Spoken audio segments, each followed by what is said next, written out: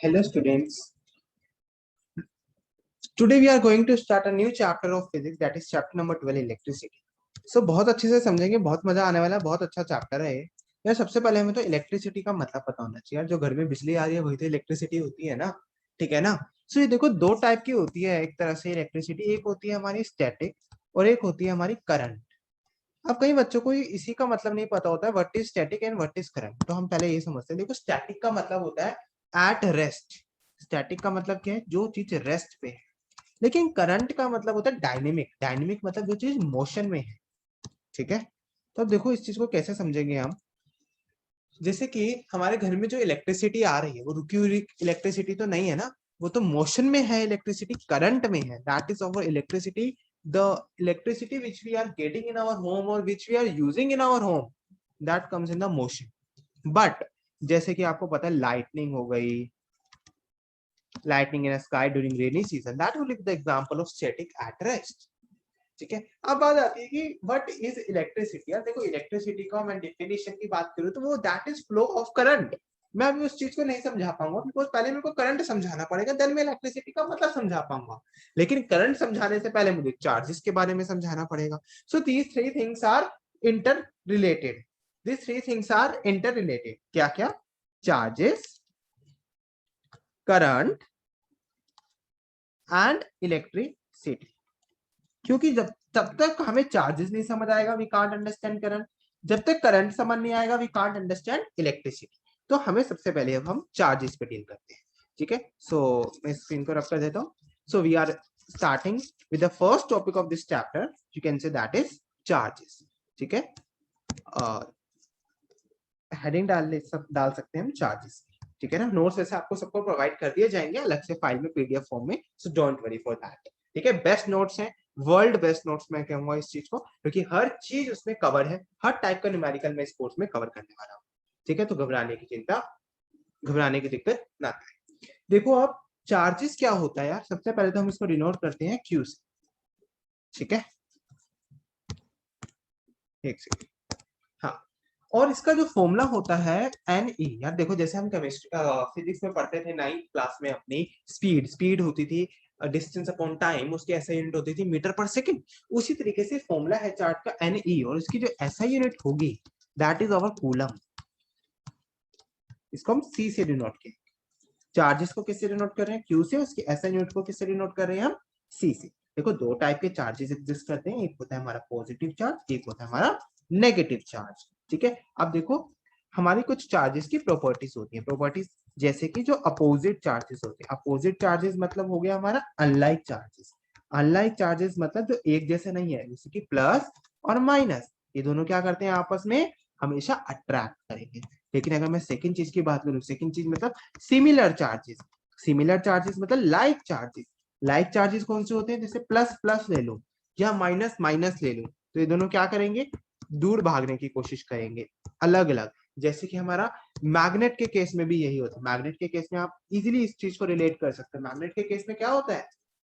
Like poles repel each other and unlike poles attract each other. उसी तरीके से क्या होता है? मैग्नेट की दो पोल्स होती है ना, नॉर्थ एंड साउथ। उसी तरीके से यहाँ पे चार्जेस में भी होता है। Unlike charges attract each other and like charges repel each other. वो दूर भागेंगे। रिपेल मतलब होता है दूर भागना, ठीक है। अब पॉजिटिव चार्ज पॉजिटिव को ही रिपेल करता है, ठीक है। नेगेटिव चार्ज नेगेटिव को ही रिपेल करता है। अब आगे समझते हैं। हमारी कुछ प्रॉपर्टीज होती हैं चार्जेस की, तो मैं उसको एक्सप्लेन करूंगा। देखो सबसे पहली जो हमारी प्रॉपर्टी होती है चार्जेस की, तो यही वाली होती है दैट अनलाइक, जो भी मैंने समझाई, unlike charges attract each other and like charges repel each other. I hope सबको ये चीज अच्छे से क्लियर हो गई होगी। सेकेंड स्टेप जो है हमारा प्रॉपर्टी का, दैट इज जो चार्जेस होते हैं वो क्वांटाइज्ड होते हैं। देखो इस क्वांटाइज का मतलब हमें 12th फिजिक्स में समझाया जाता है, लेकिन मैं आपको अभी समझाऊंगा क्योंकि ये जानना हमें इंपॉर्टेंट है अगर हम फॉर्मूला पढ़ रहे हैं। जो क्यू का फॉर्मूला होता है एन ई। देखो यहाँ पर जो इसी प्रॉपर्टी को कहते हैं दैट चार्जेस आर क्वांटाइज्ड, क्योंकि यहाँ पे जो ई होता है, ई क्या होता है? That is charge on one electron. And n क्या होता है? That is number of electron. और जो ये ई होता है एक तरह से फिक्स होता है, कितनी इसकी वैल्यू होती है 1.6 इंटू 10⁻⁻19 कूलम चार्ज है, तो वैसी चीजें हमें ऐसा यूनिट इसकी कूलम लिखनी पड़ेगी। अब मेरी एक चीज बात बताओ, मैं चार्ज निकाल एग्री, मैंने एन की वैल्यू 1 ली और ई तो मेरा फिक्स ही है ना, तो मेरा आंसर आ गया देखो ये।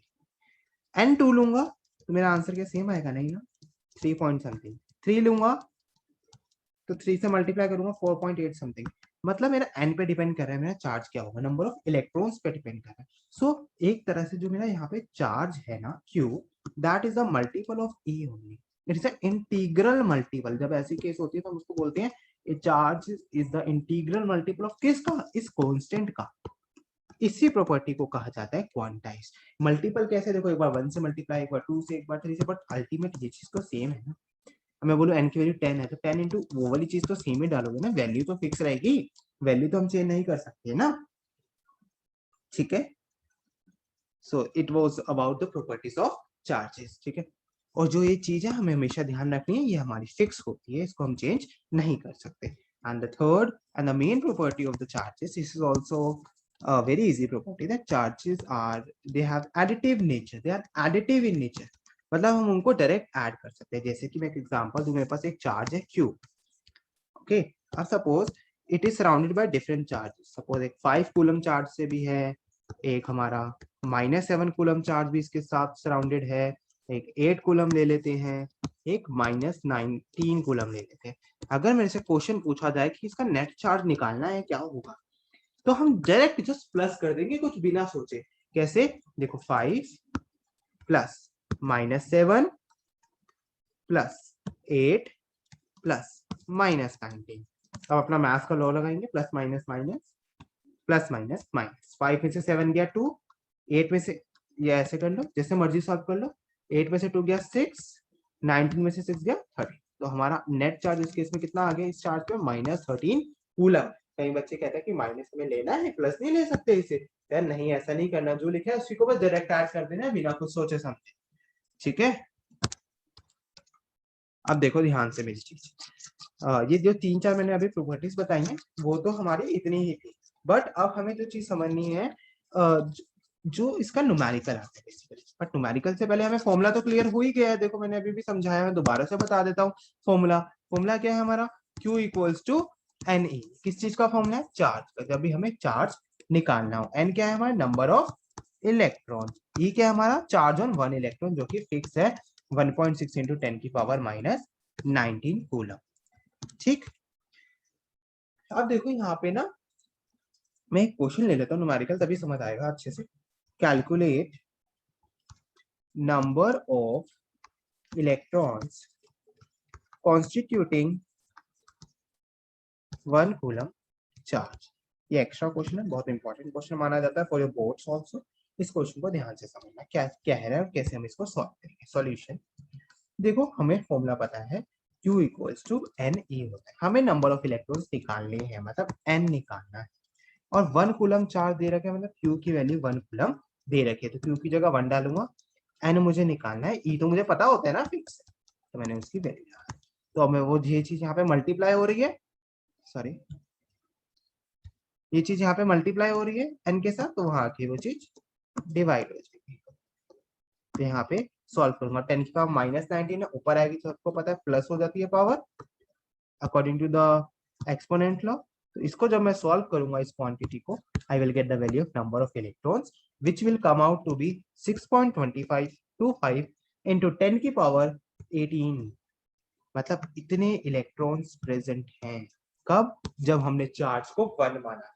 अब आप चार्ज को 2 मान के देखो कितना आ रहा है, 3 मान के देखना चाहो देख लेना, बट हमें पता चल गया कि 1 कूलम चार्ज में, एक सेकेंड, कितने इलेक्ट्रॉन्स हैं, 6.25 into 10 की power 8। 1 coulomb charge has 6.25 into 10 की पावर 18 इलेक्ट्रॉन्स।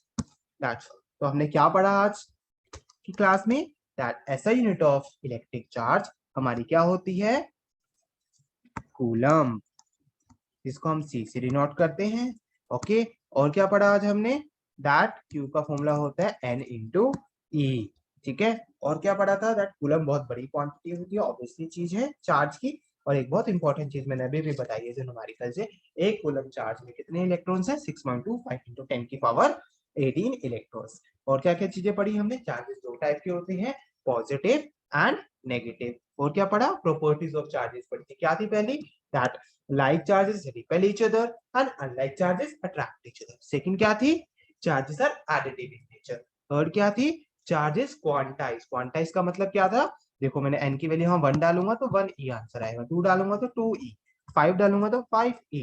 और e की वैल्यू फिक्स होती है, अल्टीमेटली क्या है, इसका मल्टीपल है। जब भी मल्टीपल होता है तो हम उस चीज को बोलते हैं इंटीग्रल मल्टीपल है उस चीज का वो, या तुम्हारी लैंग्वेज में सिंपल हम अभी समझ सकते हैं मल्टीपल है वो उस चीज का।